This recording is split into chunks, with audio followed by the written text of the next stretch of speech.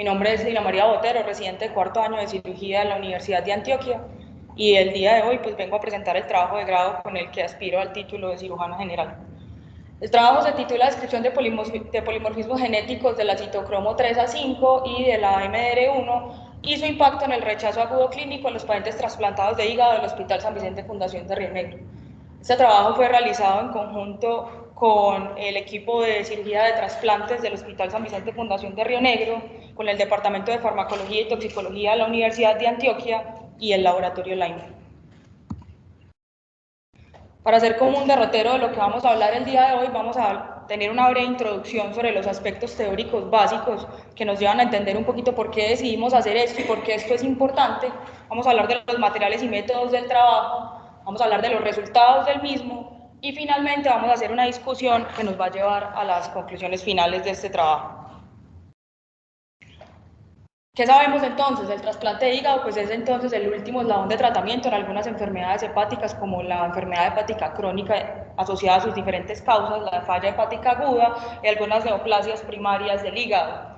El tacrolimus pues sabemos también que es el medicamento de elección acorde a la evidencia actual para la fase de mantenimiento en el paciente con trasplante hepático. Sin embargo, es un medicamento que tiene unas dificultades muy particulares que están dadas principalmente por su ventana terapéutica estrecha, porque no es un medicamento que se comporte de manera estándar entre los diferentes individuos y en diferentes periodos del tratamiento de un mismo individuo, y esto se denomina en la literatura como la variabilidad inter e intraindividual, y es por esto que requiere mediciones frecuentes del medicamento para tratar de alcanzar los objetivos y evitar eventos adversos. ¿Cómo se maneja esto normalmente? Pues la práctica estándar se conoce como el monitoreo terapéutico de drogas y lo que hacemos normalmente es medir las concentraciones de estos medicamentos que tienen una ventana terapéutica estrecha para tratar de optimizar estos tratamientos farmacológicos, que es lo que buscamos, alcanzar el evento deseado o la acción farmacológica y tratar entonces de evitar los eventos adversos asociados al medicamento, y esta es la práctica clínica estándar. ¿A qué buscamos o a qué se busca llegar? Y digamos que este tipo de trabajos son el primer pinito que busca acercarse a lo que se llama la individualización terapéutica, en la que buscamos, a partir de factores poblacionales, llegar a los factores individuales de los pacientes que marcan de forma personal cómo el paciente responde al medicamento, hacer esquemas adaptados y no partir de unas dosis estándar en los pacientes.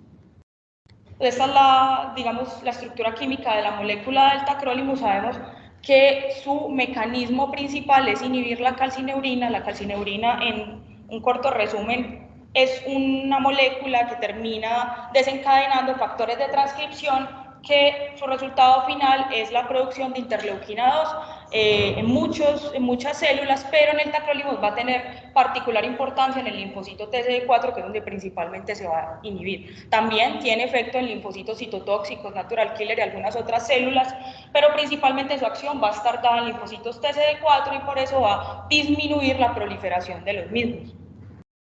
¿Cuál es el objetivo entonces con este medicamento? Disminuir el riesgo de rechazo y disminuir la mortalidad de los pacientes sometidos a algún tipo de trasplante. Pero ¿cuáles son, digamos, los efectos adversos o a lo que nos enfrentamos con este tipo de medicamentos, principalmente con los anticalcineurínicos? Riesgo de nefrotoxicidad, hipertensión arterial, neurotoxicidad en estos pacientes, algunas alteraciones del metabolismo, principalmente diabetes mellitus y dislipidemia, infecciones tanto bacterianas, fúngicas, virales, y entre las fúngicas, entre las virales, perdón, la que principal impacta es la infección por citomegalovirus, y el riesgo de malignidad y el uso crónico de anticalcineurínicos se ha asociado a carcinomas de escamos celulares y a síndromes linfoproliferativos. ¿Qué buscamos entonces? Llegar a una balanza en la que podamos disminuir la mortalidad del riesgo de rechazo en este nuevo órgano que está recibiendo el paciente y evitar estos factores que pueden ser crónicos y también impactar en la vida del mismo. Esta gráfica, que se ve un poquito complicada, voy a tratar de simplificarla para todos, es, digamos, en lo que nos vamos a basar para hacer este trabajo. El medicamento ingresa pues a través de la vía oral y en el intestino delgado va a encontrar su primera barrera dentro del enterocito.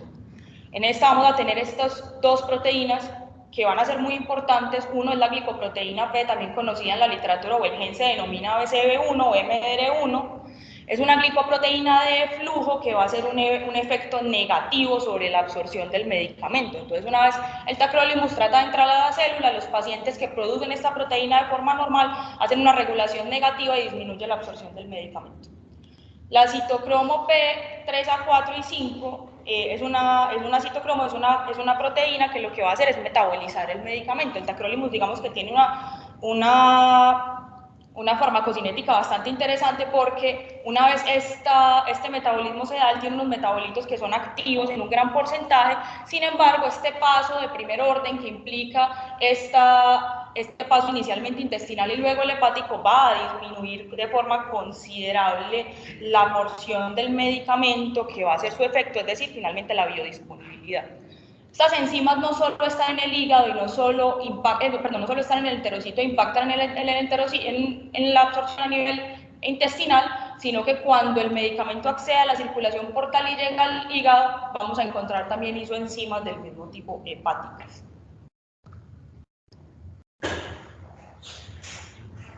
Entonces, vamos a hablar en este trabajo de lo que llamamos polimorfismos de un único nucleótido. Estos son mutaciones en un nucleótido específico que van a generar cambios en el funcionamiento de estas proteínas. Vamos a hablar de la citocromo 3A45 y de la BCB1, que es la glicoproteína P. ¿Cómo en la literatura se clasifican de forma simple estos polimorfismos? Este es el gen silvestre, cuando ambos alelos están normales, no están mutados. Estos son los pacientes que en teoría se consideran en la literatura metabolizadores rápidos y tienen la proteína funcionando en sus dos alelos completamente normal. Los metabolizadores intermedios van a tener un alelo truncado, que son los que tienen el 3, y un alelo normal. Estos van a tener una función parcial de la proteína, y este grupo en conjunto se denominan los pacientes expresivos. Producen algún grado de la proteína, o sea, metabolizan el medicamento. Los pacientes no expresivos o metabolizadores lentos van a ser quienes tienen los dos alelos mutados o truncados. Para el gen ABCB1A vamos a tener los expresivos, los pacientes que expresan dos timinas tienen el gen silvestre, o sea, la proteína funciona. Los que tienen un solo alelo mutado para guanina van a tener como una expresión intermedia, y los no expresivos van a tener los dos alelos mutados. Y finalmente, para ABCB1B, el alelo silvestre va a estar dado por dos citocinas. El intermedio, que también se va a considerar expresivo, va a estar dado por una timina mutada, y los no expresivos, doble mutación de timina. ¿Cuál es entonces nuestra pregunta de investigación? En pacientes sometidos a trasplante hepático bajo supresión de mantenimiento con tacrolimus, la presencia de polimorfismos de único nucleótido de estas proteínas versus su alelo silvestre, ¿qué impacto tienen las tasas de rechazo agudo clínico de nuestros pacientes trasplantados en el Hospital San Vicente Fundación de Río Negro? ¿Cuáles son los objetivos de nuestro trabajo? En general, vamos a evaluar la relación de los polimorfismos genéticos de estos genes con la presencia de rechazo agudo clínico en los pacientes sometidos a trasplante hepático del Hospital San Vicente Fundación de Río Negro, y los específicos, vamos a identificar las características sociodemográficas y clínicas en la población de estudio, vamos a describir la frecuencia de los polimorfismos genéticos del gen MDR1 y del alelo de la citocromo P3A45, el 3 que es el mutado, en la población de estudio, y vamos a establecer la relación de los polimorfismos con los niveles terapéuticos del tacrolimus, la tasa de lesión renal aguda posoperatoria y la toxicidad farmacológica en la población de estudio. ¿Cómo hicimos este estudio? Pues este es un estudio observacional, prospectivo y analítico en un único centro del Hospital San Vicente Fundación de Río Negro. Recogimos todos los pacientes sometidos a trasplante hepático entre los años 2020 y 2022 a quienes se les prescribió tacrolimus al menos 30 días. Los criterios de inclusión: pacientes con seguimiento superior a 30 días y tenían que tener terapia inmunosupresora con tacrolimus con o sin esteroides o micofenolato. Criterios de exclusión: pacientes sometidos a trasplante multivisceral no se incluyeron en este estudio, pacientes con diagnóstico de infección por el virus del VIH, mujeres embarazadas en periodo fértil, lactancia o con uso de anticonceptivos orales combinados. Según el protocolo de esta institución, ¿cómo es el esquema de inmunosupresión? Se hace una inducción con metilprednisolona, después en lo está escrito en el protocolo como que en el post-trasplante inmediato se inicia tacrolimus y para nuestra institución todos los pacientes reciben Prograf, que es la molécula original, a una dosis por protocolo de 0.1 microgramos kilo día. Existe una variación a este protocolo, que es lo que en algunos artículos lo denominan como introducción progresiva de anticalcineurínicos, que es inicio con dosis más bajas del medicamento. Esto se ha escrito principalmente en pacientes sometidos a inmunosupresión con ciclosporina, pero los hepatólogos también lo usan y su objetivo es prevenir o tratar de impactar en las tasas de lesión renal aguda. Los pacientes también se les inicia micofenolato a dosis de 1 gramo cada 12 horas y se inicia un desmonte progresivo a prednisolona a partir del día 4 del trasplante. Monitoreo de los niveles plasmáticos. La primera se realizó entre el cuarto y quinto día post inicio del tacrolimus. Se realizaron niveles adicionales si los niveles realizados no estaban en rango terapéutico y de forma ambulatoria por protocolo. En el primer mes se les toman niveles semanales, en el segundo mes quincenales y del mes 3 en adelante se realizan de forma mensual. Mediciones adicionales a criterio clínico. ¿Qué datos sociodemográficos tomamos? Pues principalmente datos del donante y el receptor, peso, talla, dónde habían nacido, cuál era su grupo sanguíneo y su RH. Del trasplante, la técnica, la indicación del mismo, la estancia hospitalaria de UCI y complicaciones. De la información farmacológica, vigilamos la posología del tacrolimus, los niveles y las interacciones. Y el laboratorio, pues tomamos de la historia clínica, hemograma, perfil hepático, función renal y albúmina. ¿Qué desenlaces buscamos entonces? Nuestro desenlace primario fue el rechazo agudo del injerto diagnosticado de forma clínica, el cual se hizo el diagnóstico como un paciente que tuviese elevación de enzimas canaliculares o aminotransferasas entre el día 5 a 30 post-trasplante en ausencia de otras causas como complicaciones postoperatorias o cualquier otra causa médica que nos implicara que lo que estuviera impactando en la elevación de las enzimas fuera algo diferente a, digamos, alteraciones en la inmunosupresión. Causas secundarias, relación con los niveles de tacrolimus al momento del rechazo y monitoreo de eventos adversos como nefrotoxicidad, hepatotoxicidad y neurotoxicidad. Aquí, qué pena, se me mete esto aquí. Entonces, ¿cómo tratamos de generar esa asociación de causas? Existe una clasificación de la Organización Mundial de la Salud de causalidad en cuanto a reacciones adversas medicamentosas que divide en términos generales la posibilidad de que un paciente esté presentando un evento secundario a un medicamento y consideramos las causas positivas como aquellas posibles o probables. Desde el punto de vista del estudio genético, se tomaron 4 cortes de biopsias hepáticas del receptor de 10 micrómetros, se extrajo el DNA con este kit y la calidad del DNA se evaluó corriendo la prueba en un gel de agarosa del 1%. La secuenciación genética se evaluó la concentración del ADN en un espectrofotómetro de esta marca, la presencia de variables se evaluó a partir de una PCR, estos primers encontrados en la PCR se amplificaron con primers de esta marca y después hizo una secuenciación de esos amplicones previamente encontrados en una plataforma de secuenciación. ¿Cómo se hizo el análisis estadístico? Hicimos un análisis exploratorio, vigilamos las variables clínicas, bioquímicas, genéticas, sociodemográficas, determinando proporciones para las variables nominales, media y desviación estándar para las variables continuas. Y las variables continuas sin distribución normal las expresamos en media y en rango. Para la fase analítica, como vamos a ver, pues la muestra es pequeña, entonces esto implica que este estudio pues no alcanzó una distribución normal de los datos, entonces requiere que para su análisis se usen pruebas no paramétricas. Las pruebas que se usaron fueron el test de Wilcoxon para variables cuantitativas y el test de Fisher para variables cualitativas. Definimos la significancia estadística con una P de 0.05 y el programa que se usó para el análisis estadístico fue el programa de reversión 3.5. Los aspectos éticos, el consentimiento informado se le solicitó al receptor. Nuestros resultados, entonces tuvimos 34 pacientes sometidos a trasplante de hígado entre el 2020 y el 2022. De esos 8 pacientes fallecieron y nunca recibieron el medicamento. Un paciente con seguimiento a 2 años fue inmunosuprimido con ciclosporina. Teníamos entonces 25 pacientes para el análisis genético, 8 pacientes al haber tomado las muestras y correr los estudios, la muestra fue insuficiente, nos quedamos con 17 pacientes para el análisis final. Esta es la tabla 1, que determina las características o muestra las características sociodemográficas de nuestra población. En total, pues en términos generales, tuvimos una proporción similar entre el sexo masculino y el femenino, una edad una mediana de edad de más o menos 56 años.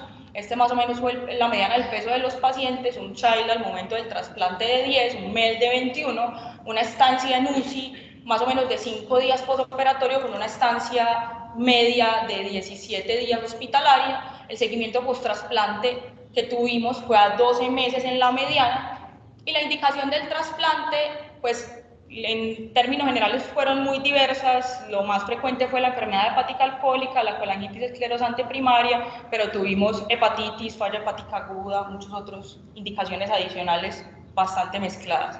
Complicaciones postquirúrgicas en un 76%, 13 pacientes. De eso tuvimos 7 complicaciones biliares, 4 vasculares y 2 infecciosas. Es importante recordar que estas complicaciones están evaluadas no en los 30 días en los que hicimos el diagnóstico, sino en la totalidad del seguimiento de los pacientes. La lesión renal aguda perioperatoria, que es digamos, una definición adicional que buscamos, y es: consideramos que los pacientes que hacen lesión renal en el posoperatorio inmediato tienen pues una fisiopatología completamente diferente. Normalmente son pacientes que tuvieron sangrado en el intraoperatorio, choque. Entonces, los pacientes que tienen en los primeros 7 días del posoperatorio lesión renal aguda por criterio Sakin, esta variable la tomamos aparte. Tuvimos solo 4 pacientes por un 24%. El rechazo agudo clínico, con la definición que les comenté, se dio en un 76% de los pacientes. He de aclarar que ninguno de estos pacientes recibió confirmación por biopsia. Días posoperatorios al diagnóstico de rechazo, la mediana fue 7.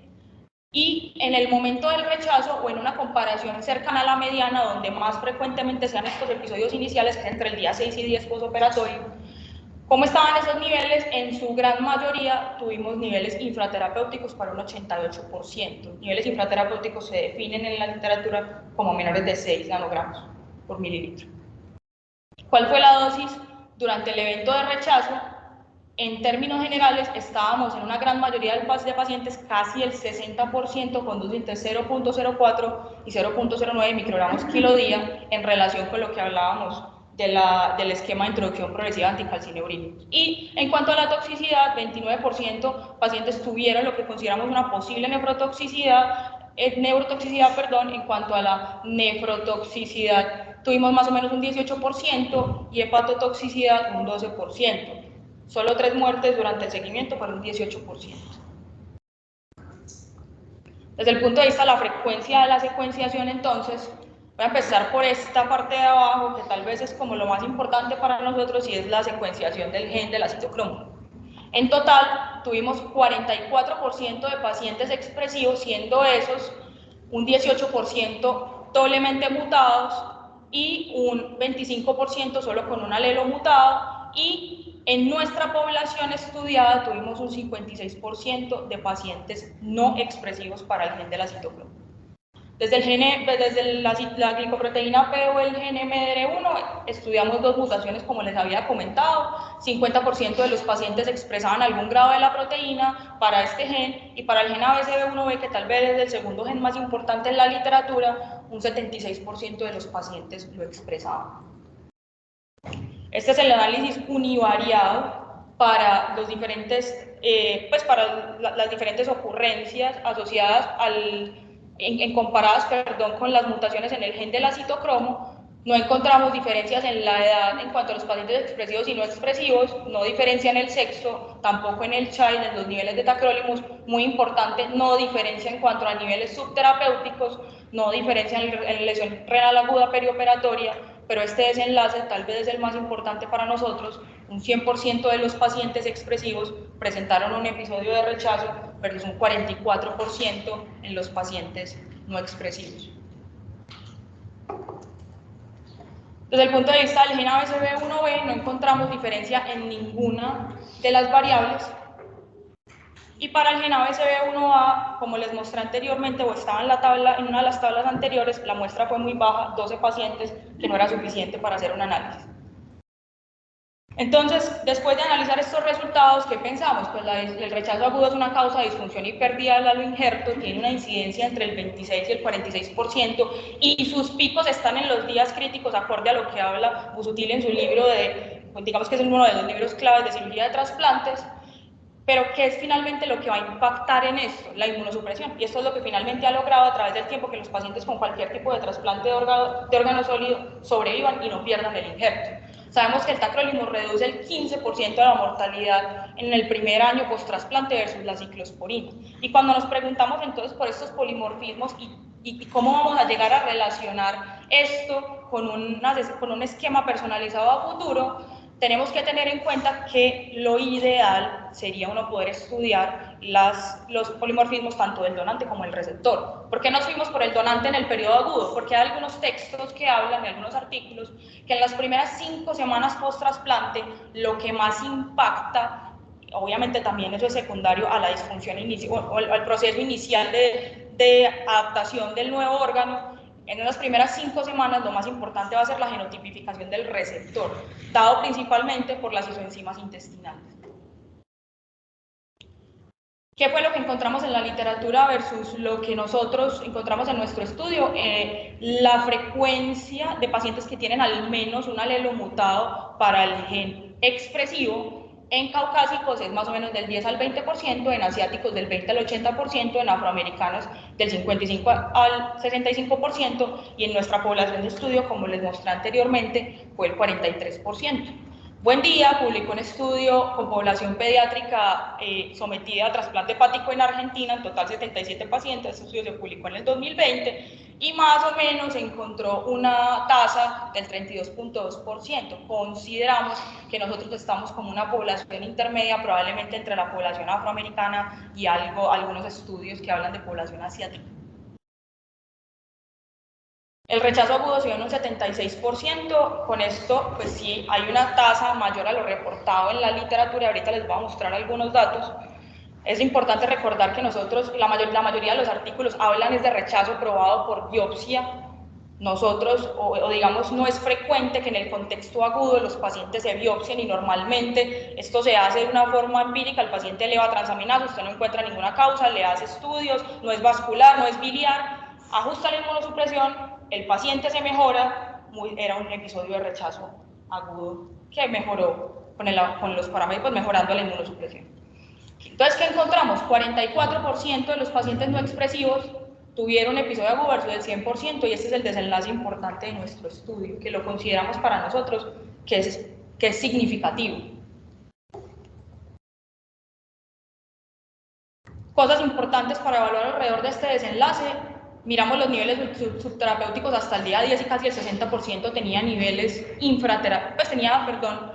dosis infraterapéuticas y niveles infraterapéuticos asociados. Y es muy importante, como les mostré anteriormente, que no hubo diferencia entre los niveles en los grupos de los pacientes expresivos y no expresivos. Y que el 100% de los pacientes, como les comenté anteriormente, con el ajuste de la inmunosupresión mejoraron. Gómez Bravo y su grupo en el 2013 publicó un estudio en población española, también lo mismo, ellos buscaban definir qué pacientes eran no expresivos, qué pacientes eran expresivos, con 98 pacientes tuvieron unas tasas de algún gen no mutado al menos del 85%. Ellos dicen que tuvieron una tasa de rechazo agudo probado por biopsia del 10.2%, de nuevo ya les hice la diferencia teórica con esto, pero ellos sí definen que los expresores requieren dosis más altas del medicamento para alcanzar niveles terapéuticos. El fenotipo expresivo genera pues o tiene también tasas 1.5 veces más altas de rechazo acorde a lo que ellos reportan en su estudio, siendo tasas del 14.3% versus el 9.5% a los 90 días. Desde el punto de vista de la toxicidad farmacológica, tuvimos una nefrotoxicidad del 17%, sin diferencia entre los grupos, al evaluar pues solo el acitocromo. Kohler en 2019 hizo un estudio en población australiana y hablaba de un 14% de nefrotoxicidad sin diferencia entre los grupos. Nos parece un dato similar al dato de nuestro estudio. Ahí se me puede.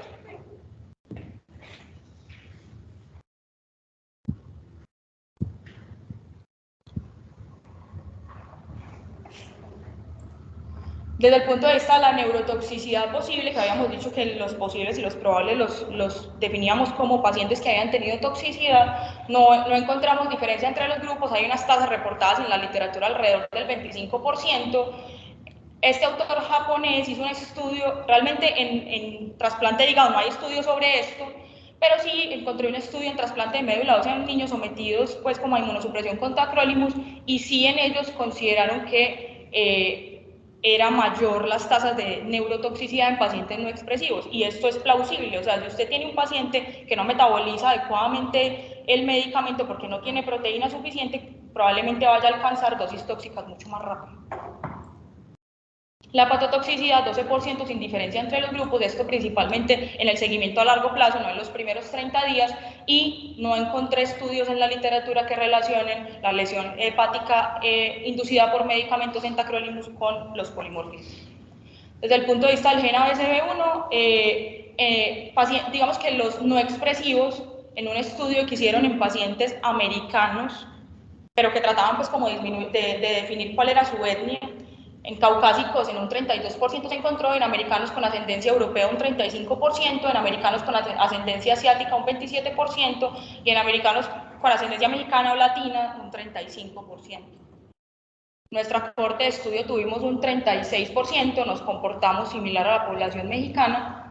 El impacto de estos polimorfismos de la glicoproteína P ha sido muy debatido en trasplante hepático. Este estudio publicado por Provenzani en el 2011, esto es un grupo italiano de trasplante hepático, no encontraron diferencias en las dosis del medicamento en ninguna de los polimorfismos, y los datos son un poquito más consistentes en trasplante renal. Esto es un metaanálisis publicado por un grupo asiático en los que evaluaron 16 estudios y consideraron requerimientos más altos de medicamento, pues obviamente pacientes expresivos, recordemos que esto es una proteína de flujo, y tal vez principalmente el gen ABCB1B, que fue el que nosotros evaluamos, y no encontramos ninguna diferencia. Nuestra corte evidentemente no hay diferencias. Las limitaciones de nuestro estudio, pues como pueden ver, son grandes. En primer lugar, la pandemia del COVID-19 nos impactó fuertemente sobre las tasas de trasplante hepático. Nosotros esperábamos recoger una muestra de 50 pacientes, y por la disminución, digamos, de las consultas, la gente en la casa aislada, pues estas tasas evidentemente disminuyen, y así también lo expresó el Instituto Nacional de Salud, no fue solo en nuestro centro. Tuvimos un fallecimiento temprano de 8 pacientes que nunca recibieron el medicamento, eso también impactó pues en el número de pacientes. Tuvimos una pérdida de muestras adicionales por la calidad del espécimen. Esto es un aspecto a mejorar para futuros estudios. Tal vez debemos mejorar un poquito y tener un poquito de backup de muestra en caso de los errores que tuvimos. Y esto tal vez es lo que para mí es más importante. El esquema de introducción progresiva de anticalcineurínicos, pues esto es un concepto yo creo que incipiente, que tal vez está más formado en inmunosupresión con ciclosporina. No vimos realmente que nuestros pacientes tuvieran altas tasas de lesión renal aguda que justifiquen el hacer esto. Entonces, sí hay unas altas tasas de niveles infraterapéuticos asociados al rechazo clínico, pero no hay diferencia en los grupos. Entonces, definitivamente, esto no es una cosa que genere más rechazo en un grupo versus el otro. Las conclusiones de mi estudio: es el primer estudio, y tal vez esto es lo más importante, en describir la frecuencia de polimorfismos de único nucleótido de proteínas claves para el metabolismo de trasplante del tacrolimus, en trasplantados hepáticos en Colombia. 43% de los pacientes tuvieron un genotipo expresivo para la citocromo 3A45, con una asociación de tasas más altas de rechazo agudo clínico en los primeros 14 días post-trasplante. Se dieron la gran mayoría de eventos. No encontramos asociación con toxicidad farmacológica o lesión renal aguda postoperatoria. No hay impacto en este estudio de polimorfismos del gen ABCB1, y sin duda necesitamos estudios con mayor número de pacientes que involucren varias regiones del país, a pesar de que nuestra población, pues realmente los pacientes que acuden al Hospital San Vicente Fundación de Río Negro y a este hospital son de muchas regiones del país, pero necesitamos una muestra representativa de varios centros, y eso es importante. Sin embargo, los estudios como estos, que inician y dan interés y dan un brochazo inicial, es lo que anima a continuar con estudios más grandes. Y lo que queremos hacer finalmente es plantear modelos de medicina personalizada. Esto es importante para los cirujanos. ¿Por qué? Porque el rechazo impacta en lo que nosotros trabajamos de forma manual, ¿cierto? Entonces, perder el hígado de un paciente no es una pérdida para el hepatólogo clínico, es una pérdida para todo el equipo de trasplante. Antes de terminar, voy a robarme un segundo para agradecerle a estas dos personas que ya no están conmigo, que gracias a ellos estoy acá. Mis papás, Ellos no me dejaron sola y todas estas personas que están aquí son lo que aquí me tiene hoy parada. A ellos me debo como cirujana y me debo como persona y les agradezco enormemente. Muchas gracias y estoy atenta a preguntas.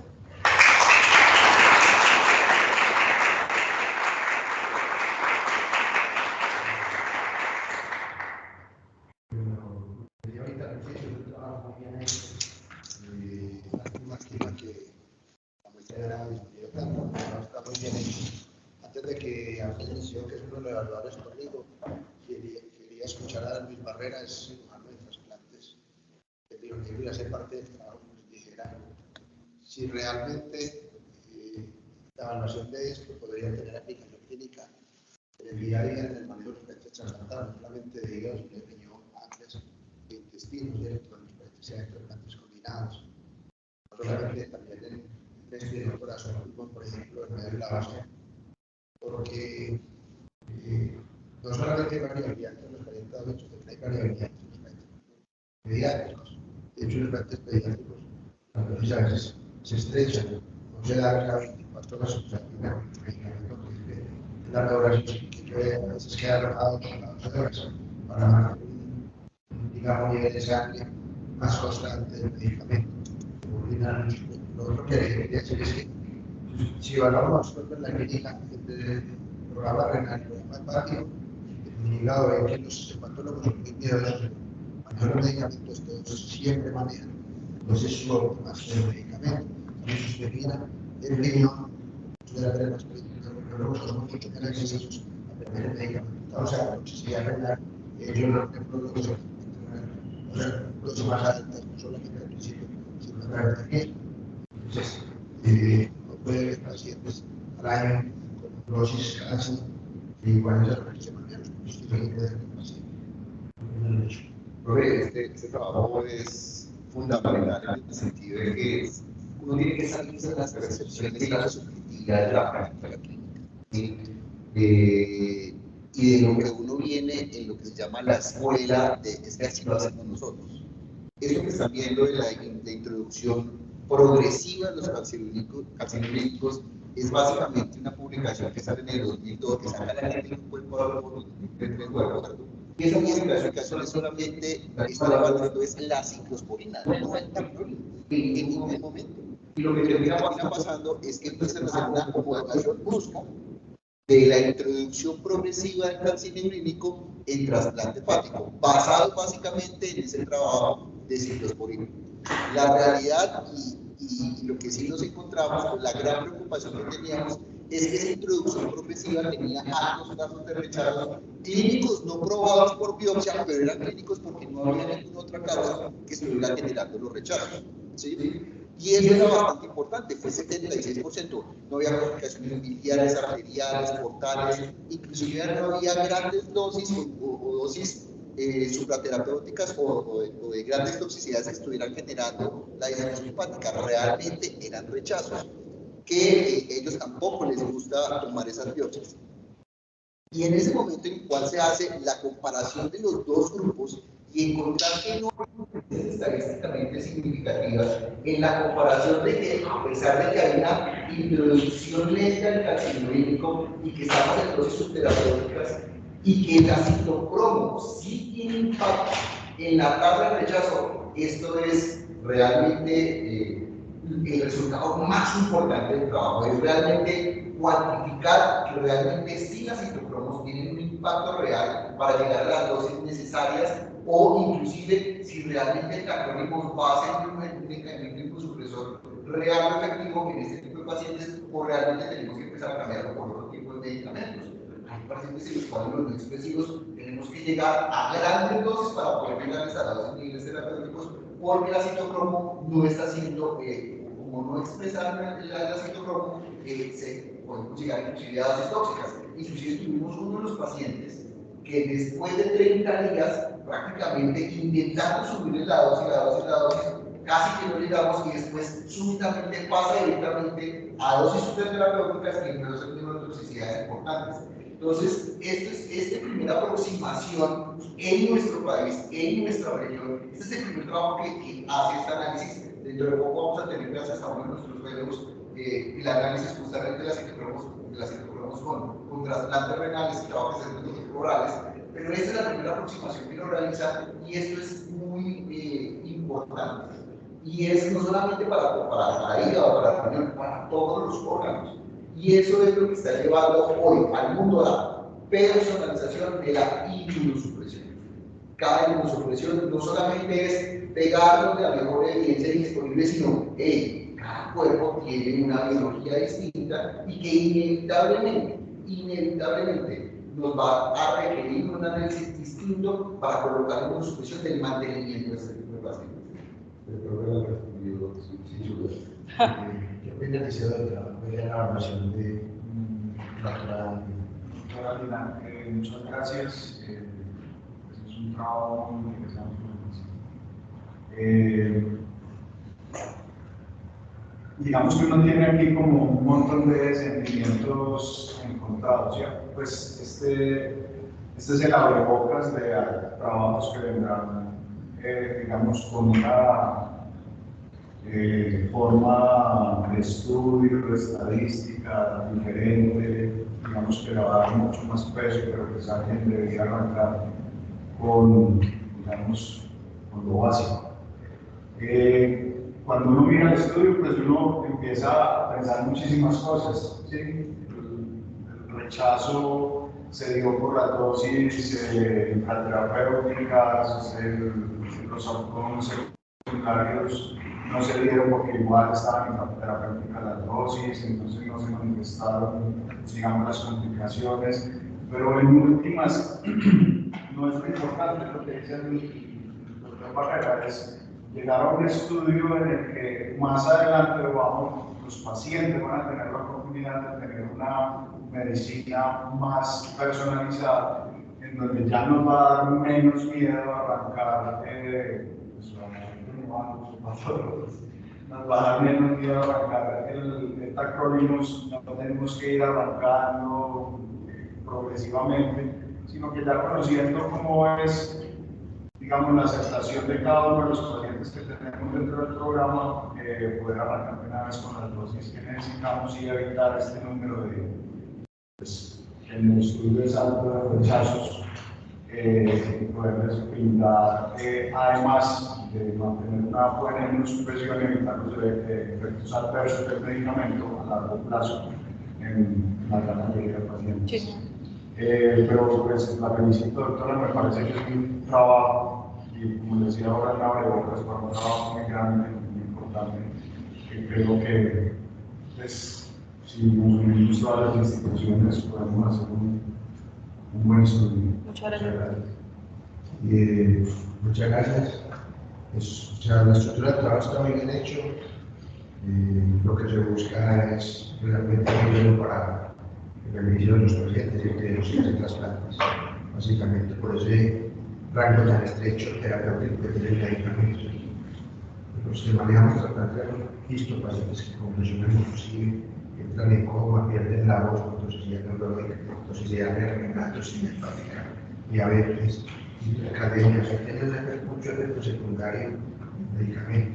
Y al lado contrario está lo otro, es el rechazo. O sea, hay un balance, una balanza, un brazo tiene rechazo, el otro tiene infección por toxicidad, pues uno se puede ir fácilmente.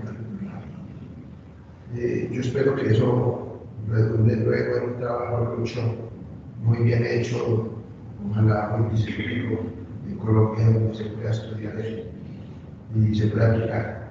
Finalmente quería preguntarle a Lina si ella sabe más o menos, primero, dónde se hacen esas pruebas, dónde se harían y cuánto tendría por lo menos costo individual por evaluación.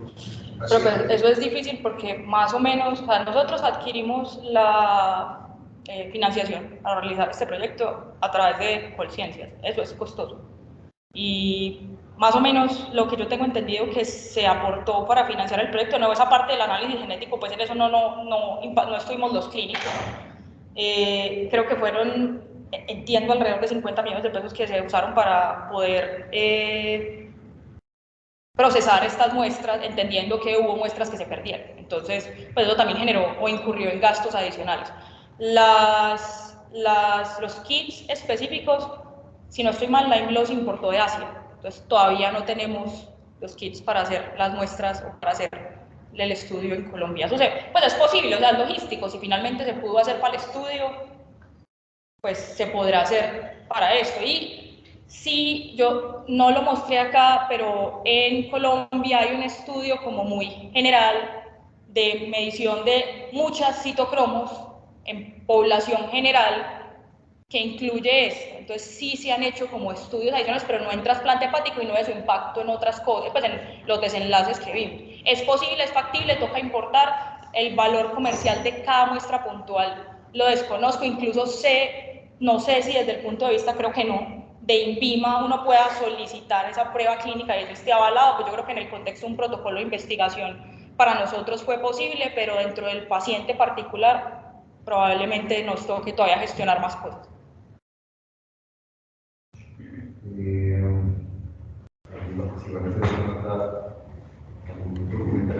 Finalmente no es costoso, con todo lo que se puede complicaciones del medicamento, los rechazos. Hoy la prolongación de la estancia hospitalaria. Sí, ahí estamos hablando de varios pacientes, pues probablemente el costo. Este estudio da para muchísimas cosas, ¿no? Costo-efectividad, Muchas gracias, doctor. Yo también la felicito, creo que es el camino que se debe seguir y invito a los residentes a que sigan esos ejemplos, atreverse a hacer trabajos prospectivos, no todo tiene que ser retrospectivo, ¿cierto? Estos trabajos bien hechos, bien llevados, es lo que se debe buscar por parte de la universidad. Y le veo una aplicación clínica muy importante con ese 43% de pacientes que no son expresivos, es obvio, veo una tasa de retraso para el paciente. Entonces, la felicito de excelente exposición, excelente trabajo y que todos se motiven a hacer trabajos prospectivos. Muchas gracias, profe. Alina, le quiero decir dos cosas. Uno, felicitarla por la valentía. Yo buscaba y la valentía de decir, lo voy a hacer.